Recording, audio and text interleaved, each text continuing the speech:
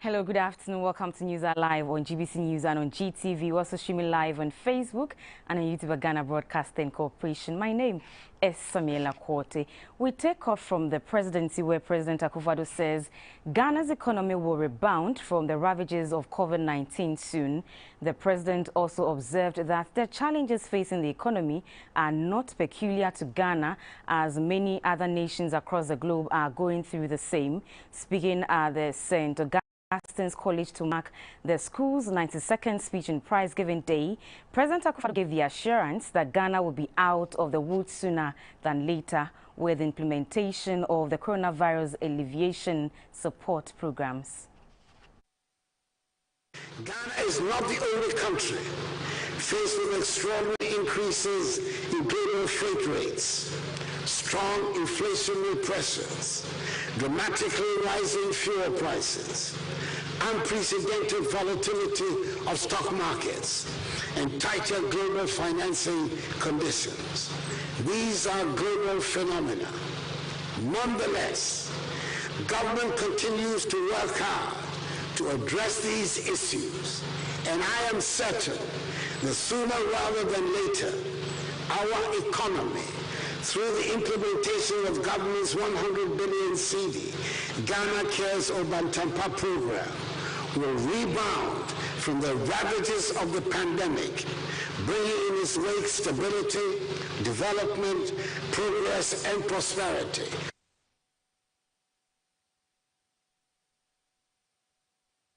Meanwhile, President Akufo-Addo is advising all to desist from negative public utterances, especially issues that threatens the country's democratic process. Speaking on the speech and prize-giving day of the St. Augustine's College in Cape Coast in the Central Region, President Akufo-Addo reiterated that coup d'etats cannot be durable solutions to the socio-political, economic and security challenges in Africa. To some irresponsible pronouncements about coups as panaceas to our problems.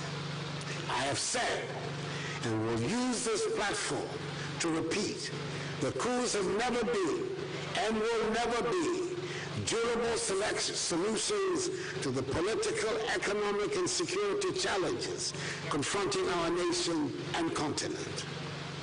I'm confident that the great majority of Ghanaians who are committed to democratic values and democratic institutions will continue to resist the rhetoric and advances of coup-mongers and coup plotters. And those of us who have the responsibility to safeguard the integrity of the state will employ all legitimate means in a democracy to preserve our free, open system of governance, which is respectful of human rights, the rule of law, and the principles of democratic accountability. Also, heads of second cycle institutions have been urged to come up with innovative strategies to help improve the quality of teaching and learning in schools. At the 92nd speech and prize-giving day of the St. Augustine's College at Cape Coast, President Akufo-Addo said government is putting premium on technical and vocational education and training to help boost the country's industrial drive, coupled with competent manpower. St. Augustine's College is the first Catholic senior high school established to train and nurture boys to augment the human resource needs of the country. The school now has a total population of about 1,700 boys. At its 92nd speech and prize-giving day, the headmaster of St. Augustine's College, Mr. Henry Jan, commended government for the provision of some infrastructure needs of the school. He asked for government support in the provision of additional bungalows for staff and other educational materials. The Deputy Majority Leader in Parliament, Mr. Afenyo Markin, who is also an old boy of the 97-year group, advised the students to take advantage of educational opportunities given them, such as free SHS and the provision of ICT. St. Augustine's is ready to shape you. St. Augustine's is ready to let the best come out of you. St. Augustine's is opening its arms, above all, with its blessings. So don't give up. The president, Nana Akufo-Addo, charged heads of second-cycle institutions to come up with innovative strategies to help improve on the quality of teaching and learning. Government has placed such importance on guaranteeing access to a minimum of senior high school education for all Ghanaian children, and is laying emphasis in particular on technical and vocational training, TVET, as a major pillar for development. Indeed, government's flagship program, Free TVET for All, has been rolled out officially in addition to the already flourishing Free SHS program, which was unveiled in 2017, the first year of my presidency, and which has enabled 1.6 million students to be in senior high school, the highest such enrollment in our history. Some teaching and non-teaching staff were awarded for their enormous contributions to the growth of the school. The 92nd Speech and Prize-Giving Day was on the theme, Redefining Education Delivery in Technological Aid, the Role of St. Augustine's College. Now, 844 students of the Accra Technical University have graduated with Bachelor of Technology degree. The graduates were from 5 faculties, including Engineering, Applied Sciences, Built Environment, Applied Arts, and Business. The ceremony was in 2 sessions, one for graduates from the faculties of Engineering, Built Environment, and Applied Sciences, while the second session was for the faculties of Business and Applied Arts. Some of the graduates were from countries in the sub-region including Benin, Equatorial Guinea, and the Gambia. The chairman of the Governing Council of the Accra Technical University, Dr. Wilfred Kwabneni Modame, urged the graduating students to impact positively on society in their diverse fields of study. The Vice-Chancellor of the university, Professor Samuel Niodai, congratulated them for their dedication and steadfastness in completing their courses. I wish you the very best in all your future endeavors. Continue exploring avenues for self-advancement. Live by good principles and shun flippancy. Never, never forget to show your gratitude to your parents and your benefactors for their support. The Deputy Minister for Education, Reverend John Ntim Fodjo, elaborated on some intervention by government to improve on the education sector. The ministry has introduced the pre-engineering program, which has been piloted in partnership with University of Mines and Technology and Pentecost University College, where regardless of the program that any pre-tertiary student undertook or pursued would have the opportunity to enroll in a 1-year pre-engineering program. After a successful completion of same, they can apply to any engineering school in any parts of the world. Deserving students who excelled in various academic disciplines were awarded. Mr. Richard Lebanon Jabalo was the valedictorian. You're watching News Are Live on GBC News and on GTV. Now, delays in completion of some developmental projects in the Upper West region is a source of worry for the Ministry of Local Government, Decentralization and Rural Development. At inspection of some projects in the region, the Deputy Minister for Local Government, Decentralization and Rural Development, Mr. Martin Ajay Kosa, asked contractors executing the projects to double their efforts in completing them. Some of the projects have delayed for a period of over 1 year behind schedule. The minister first inspected ongoing works at the market complex being funded by the World Bank at a cost of more than 6 million Ghana cedis. The project comprises a shopping center, a restaurant, a crèche, police and fire posts and stores. According to the municipal engineer, Mr. Adam Asana, work on the market complex is 90% complete behind schedule. The Deputy Minister for Local Government, Decentralization and Rural Development, Mr. Martin Ajay Kosa, also inspected works on a 225-meter drainage system aimed at addressing flooding around Kambali and Mangu, all. As fate will have it, Francis Zuta, who is 46-year-old, is physically challenged. Now, in this special report, we look at physically challenged but able breaking the glass ceiling for others. First, he was a phone repairer, then he went into gold mining when the phone repairing business took a nosedive. This was another unsuccessful venture, so he resolved to try his luck this time around with shoemaking, and this has turned his fortunes around. This is the story of Francis Zuta, a 46-year-old physically challenged shoemaker, bringing hope to others through his craft. Our reporter Biachi Sanaji has visited his mini manufacturing shop. As fate will have it, Francis Zuta, who is 46-year-old, is physically challenged. He was not born with a disability, but had measles many years ago, hence his condition. As the saying goes, disability is not inability, and Francis has learned a craft and owns this mini shoemaking hub here in Kaswa. After trying his hands on many businesses, he sees this as a game changer for him and his family.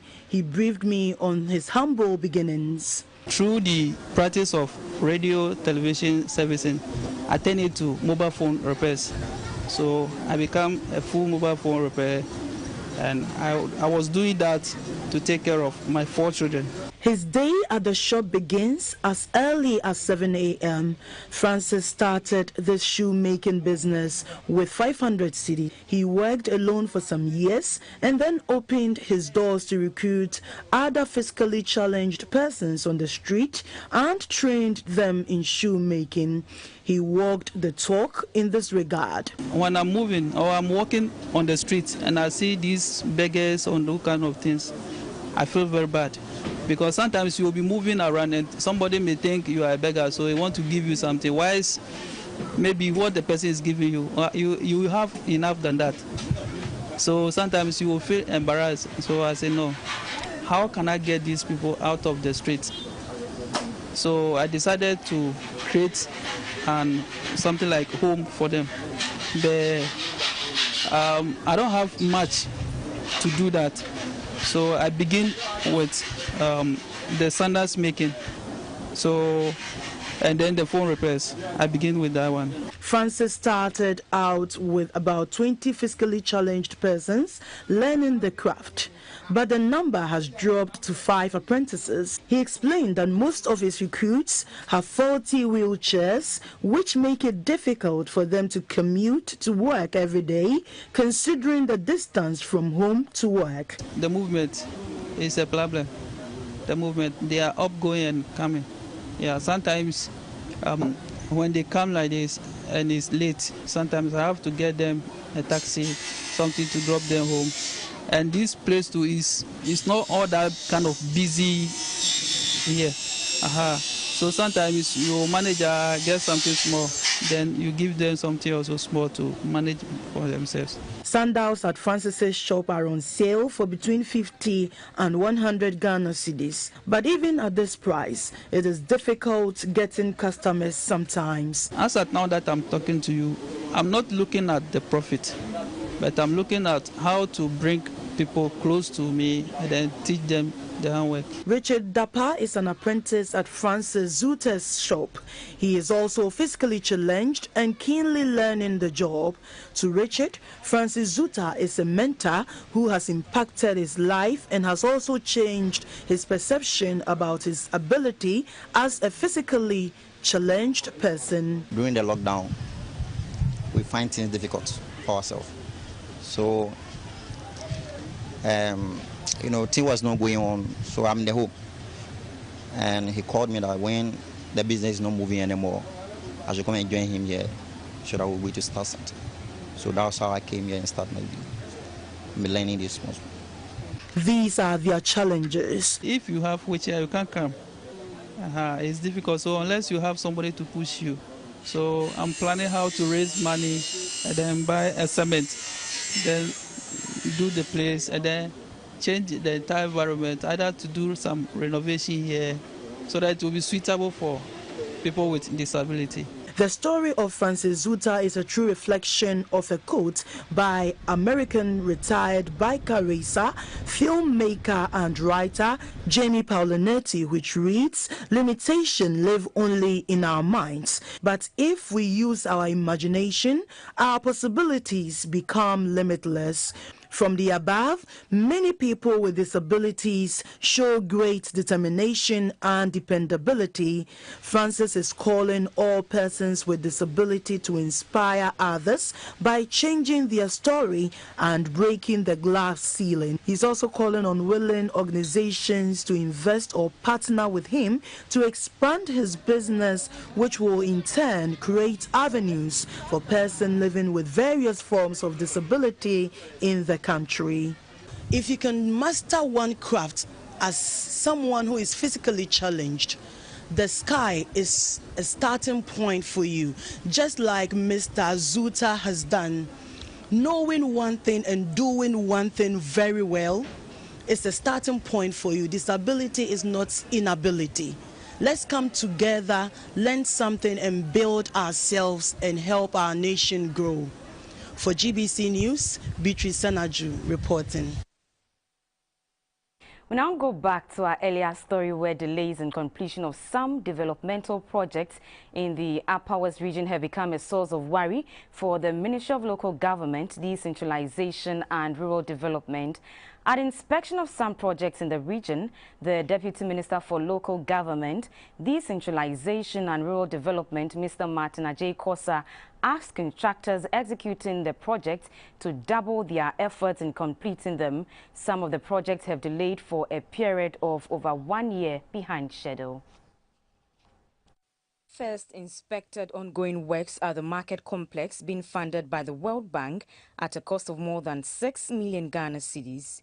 The project comprises a shopping center, a restaurant, a crèche, police and fire posts and stores. According to the municipal engineer, Mr. Adam Asana, work on the market complex is 90% complete behind schedule. The Deputy Minister for Local Government, Decentralization and Rural Development, Mr. Martin Ajay Mensah Kosa, also inspected works on a 225-meter drainage system aimed at addressing flooding around Kambali and Mangu, all suburbs of Wa. The project is also almost a year behind schedule. The Deputy Minister was not happy with the slow pace of work. From a man's point of view, the work is impressive. If you look at what we see behind us, it's quite positive. We are happy about it. The DC is next to me, and she tells me that the community is upbeat and gearing up for the completion of this project. At Wechau in the Wa West District, Mr. Kosa inspected work on the district hospital under the Agenda 111 initiative. It is one of the 5 of the 60-bed capacity hospital being provided by the government to make quality health care accessible to the people. The project manager of Bong, the company executing the project, Mr. Isaac Ankuma, briefed the Deputy Minister on work done so far. So this facility comes in handy, and the people just can't wait to have it. Luckily and thankfully, government has a very serious resolve to make sure that this is finished on time for use by the community. The Deputy Minister of Local Government, Decentralization and Rural Development, Mr. Martin Ajay Mensah Kosa, expressed satisfaction at the progress made so far and affirmed government's determination to ensure speedy completion of the Agenda 111 projects. The Wa West District Director of Health Services, Mr. Clifford Venn, said the facility will make a huge difference in providing quality health care in the region when completed. Now, have you ever experienced the act of sleeping while driving? Experts say approximately 1 out of 25 adults aged 18 years and above fall asleep every month while driving. This has been attributed to driver fatigue or drowsy driving, which experts say accounts for 20% of road crashes. In March 2019, an accident caused by a sleeping bus driver caused the death of 60 Ghanaians. These alarming figures and their effects on the country's economy prompted GBC News to visit a couple of public transport stations where some drivers admitted having dozed off once in a while whilst driving.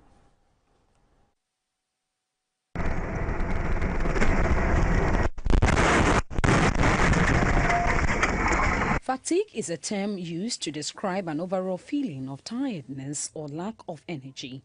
It isn't the same as simply feeling drowsy or sleepy. This is what makes fatigue driving extremely dangerous. Experts say about 20% of road crashes are caused by drowsy driving or driver sleepiness. As humans, we need to sleep. Sleep is not a matter of choice. Doctors say it is essential and healthy to sleep for the required number of hours. Missing 1 or 2 hours of the recommended 7 hours sleep a night nearly doubles the risk of a road crash. Reports have it that the longer one remains awake, the greater the need to sleep and the more difficult it is to resist falling asleep. Driver fatigue is a particular problem for long-distance drivers because they normally drive long hours without rest. Drivers are normally aware when they start feeling sleepy, and instead of making a conscious effort to stop and rest before continuing, they try to fight off sleepiness while driving. Fact is, sleep will surely and eventually overcome the driver. Some drivers who spoke to GBC News were honest about this attitude. When you get tired as a driver, you need to rest. You ask the passengers to rest for a while. Some drivers, although they look tired, refuse rest, and this is the cause of many of the accidents on our roads. Sometimes our work sometimes pressurizes us to overlook tiredness due to some hardships.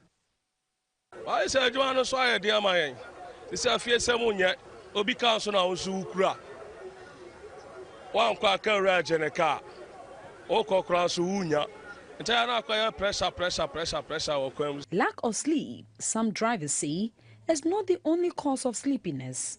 General health, alcohol, and in some cases, drugs are major contributing factors.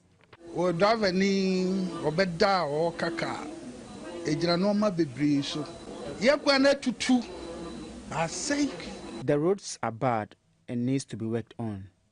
Fatigue driving does not only come with the intake of alcohol. Some take drugs. Private cars and no other. And then Sankuana, Dava for no more free lunch any banana more. Omufenro more near their day. Omufenro, because our banner when so unfair a drobia, obey Titia, over to car actually. And some there's all betty sent to an anum, or betting, or Fedra, or betty sent to an anum. You'll be all crying in the mate or Munkwana ticket, or Munum we near the doom. Most drivers involved in sleep-related accidents deny having fallen asleep. This may be due to embarrassment, fear of prosecution, or loss of insurance indemnity. Experts have identified frequent yawning, tired eyes, increased blinking, drifting into other lanes, and difficulty in maintaining mandated speed levels as signs of fatigue or sleep driving.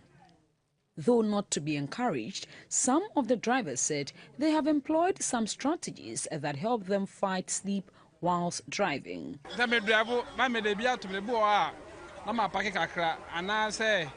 When I feel tired, I buy cold water to rinse my face or park my car.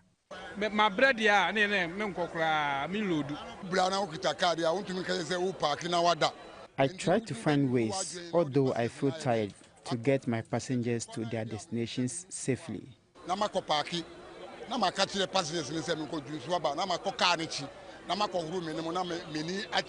For all intents and purposes, it goes without saying that more education and awareness creation drive on the dangers of sleep driving is essential.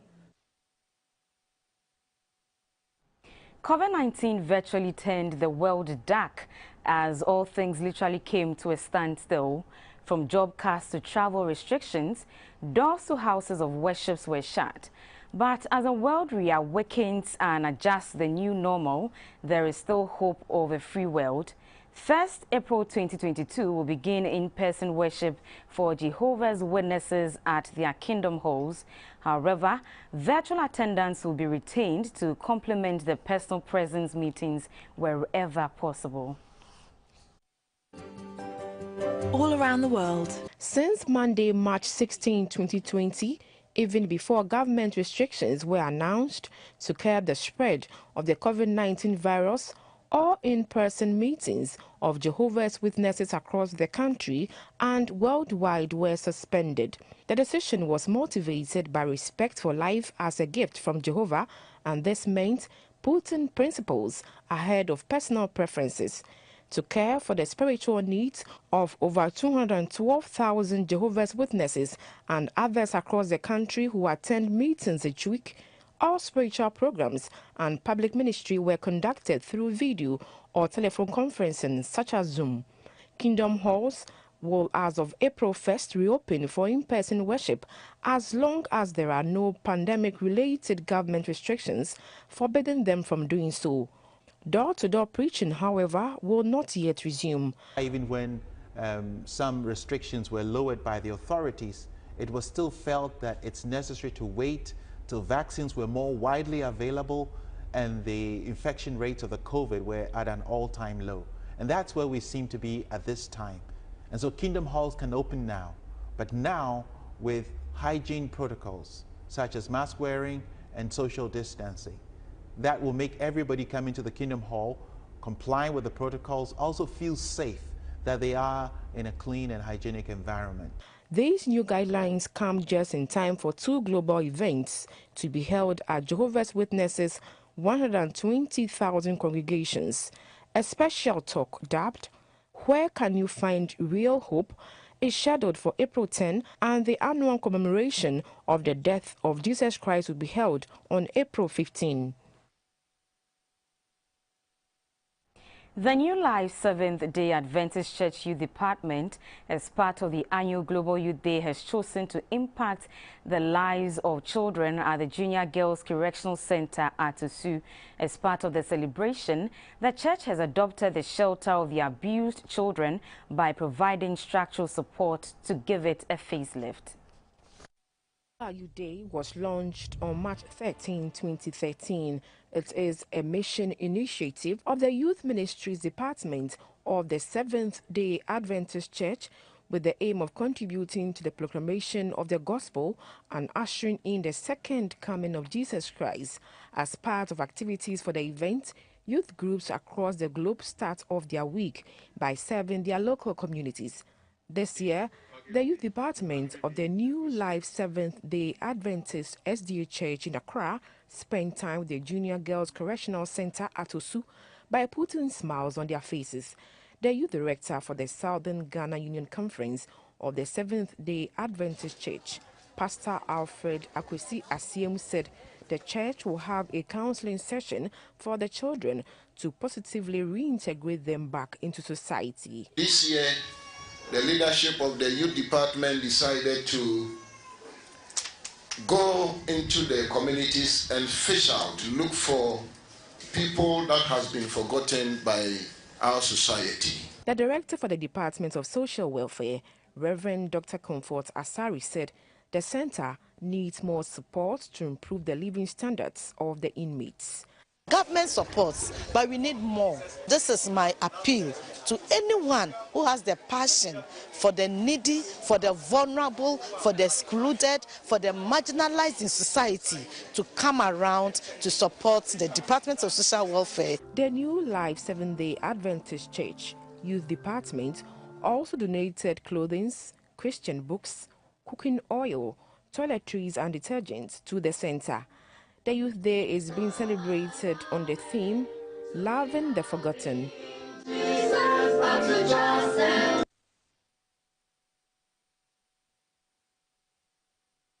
Now, available data indicates that boys and girls in Ghana still suffer frequent and multiple forms of physical, emotional, verbal abuse and other forms of violence. According to World Health Organization, nearly 3 in 4 children, or 300 million children aged 2 to 4 years, regularly suffer physical punishment and psychological violence at the hands of parents and caregivers. The director for the Department of Social Welfare, Reverend Dr. Comfort Asari, called on Ghanaian parents and guardians to help protect their children from the risk of physical abuse and neglect. Parents, please don't maltreat your children. A very worst thing you can do to a child is to take the joy of a child from him or her, to destroy the child's basic foundation in life, to make the child feel worthless, to make the child feel that he or she does not belong to this world. Please, the laws are there. If you maltreat your children, you'll be prosecuted. People think people are not being prosecuted. People are being prosecuted for maltreating their own children. And the government have every right to take your child from you if you maltreat your child and there is nobody else to care for the child, to give your child to somebody who may not even be a relative. Because we want to have more people willing to care for some of these vulnerable children, the Department of Social Welfare has started a program to train foster parents. So far, we've trained 1,009 foster parents, and we've been able to place 247 children with some of these parents. They are not their children. They are just helping governments to take care of. Nancy Gameli has been diagnosed with osteoblastoma, a bone-forming tumor. Nancy Gameli and her grandmother, Madame Teresa Amo, are appealing to the general public for financial assistance of 50,000 Ghana cedis for corrective surgery. Nancy Gameli is a Class 6 pupil of the Mataheko Roman Catholic Basic School located in the Ablekuma Central Municipal Assembly. The 13-year-old, according to doctors' reports, bruised her leg during the COVID-19 lockdown, but all efforts to fully cure her proved futile. Her untreated condition has resulted into osteoblastoma. Osteoblastoma is a benign bone-forming tumor that is extremely rare, accounting for only 1% of all primary bone tumors. Treatment of osteoblastoma usually involves surgery to remove the tumor. Nancy and her grandmother, Madame Teresa Amo, are appealing to the general public, philanthropists, and benevolent organizations to support them with 50,000 Ghana cedis to cover the cost of surgery at the Kolebu Teaching Hospital.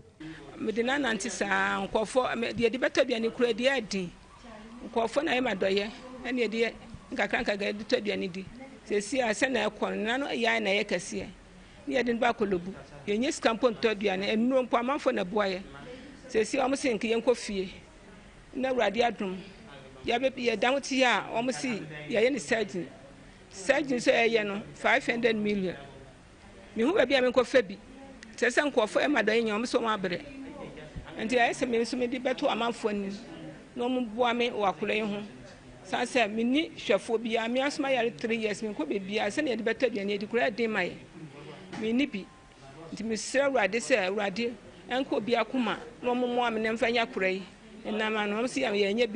Nancy told GBC News that her ambition is to pursue law and become a judge in future, but she fears her dream may not come true due to her deteriorating condition, which has left her out of school for 2 years. My friends are now in JHS too. I want to be a judge in future, but because of this, and I can't. I'm pleading to the general public, the government, the philanthropists, all of you to help me. Kindly support Nancy Gameli's surgery by donating to Teresa Amo on MTN mobile money number 059 131 6296. 059 131 6296.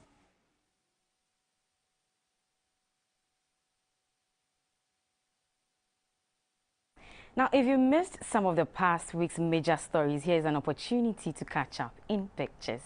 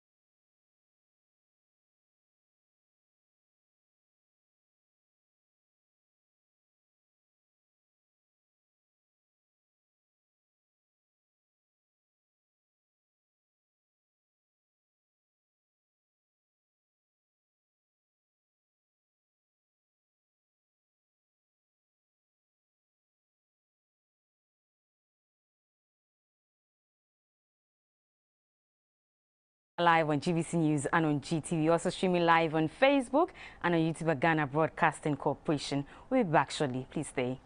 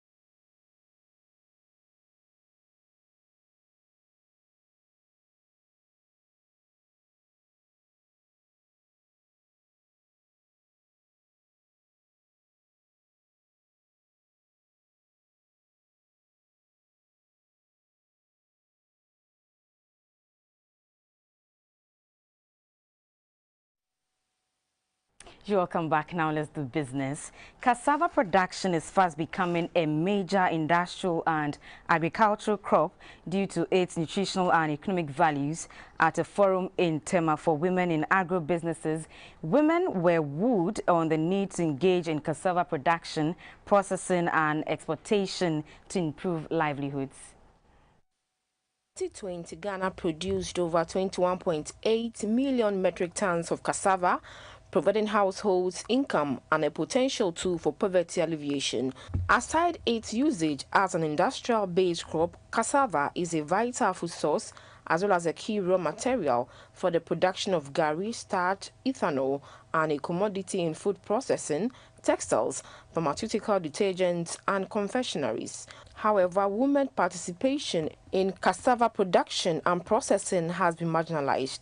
Their operations in this sector are mostly in small-scale farming. A call to increase women's participation in cassava production, processing and export has been championed at a conference for women in agriculture. Panelists from the Ministry for Food and Agriculture, the Ghana Export Promotion Authority, and TIAST Group Ghana, an agricultural engineering company, spoke on the need to empower women in cassava production and processing through financial and technical support. Dr. Efua Asabi Asari is the Chief Executive Officer for the Ghana Export Promotion Authority. She said engaging women in the agricultural value chain will not only improve the sector, but also boost Ghana's export earnings.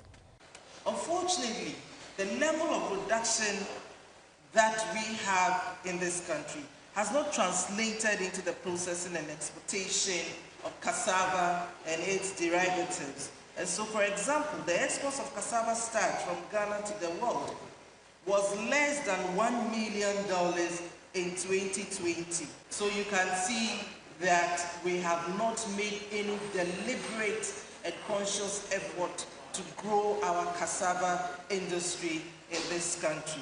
The Deputy Director, Women in Agricultural Development Directorate at the Ministry of Food and Agriculture, Mrs. Theresa Wayo, called on women in agro-businesses to take advantage of the Export School and Impact Hub of the Ghana Export Promotion Authority to enhance their businesses.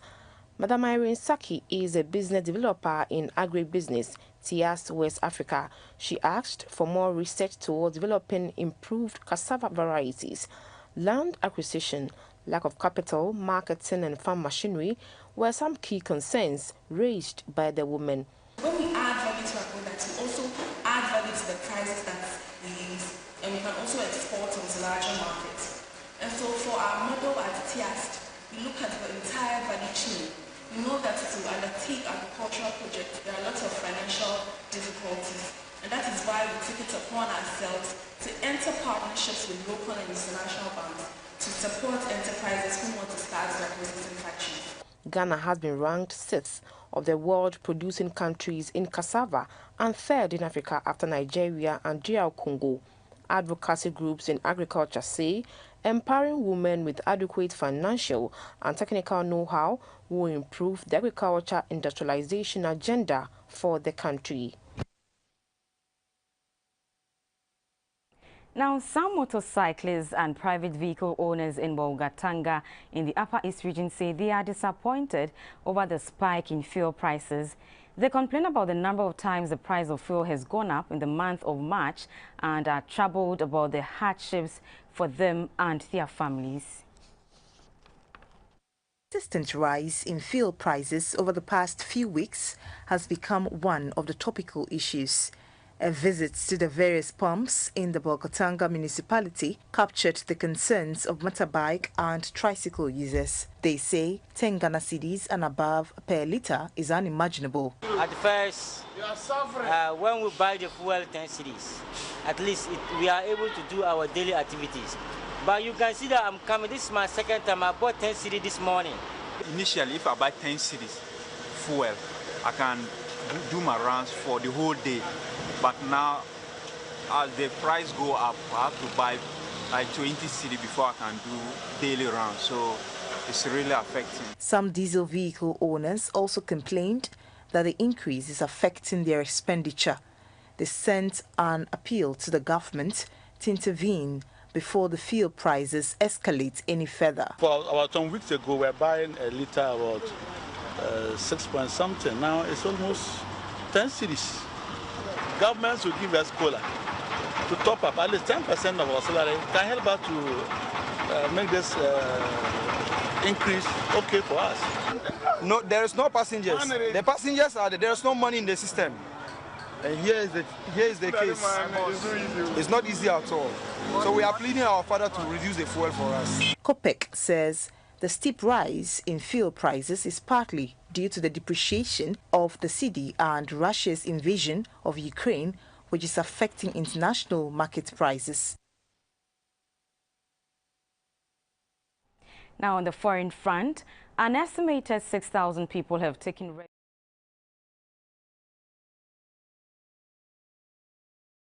in Casamas in the south of neighboring Senegal on Saturday 19th.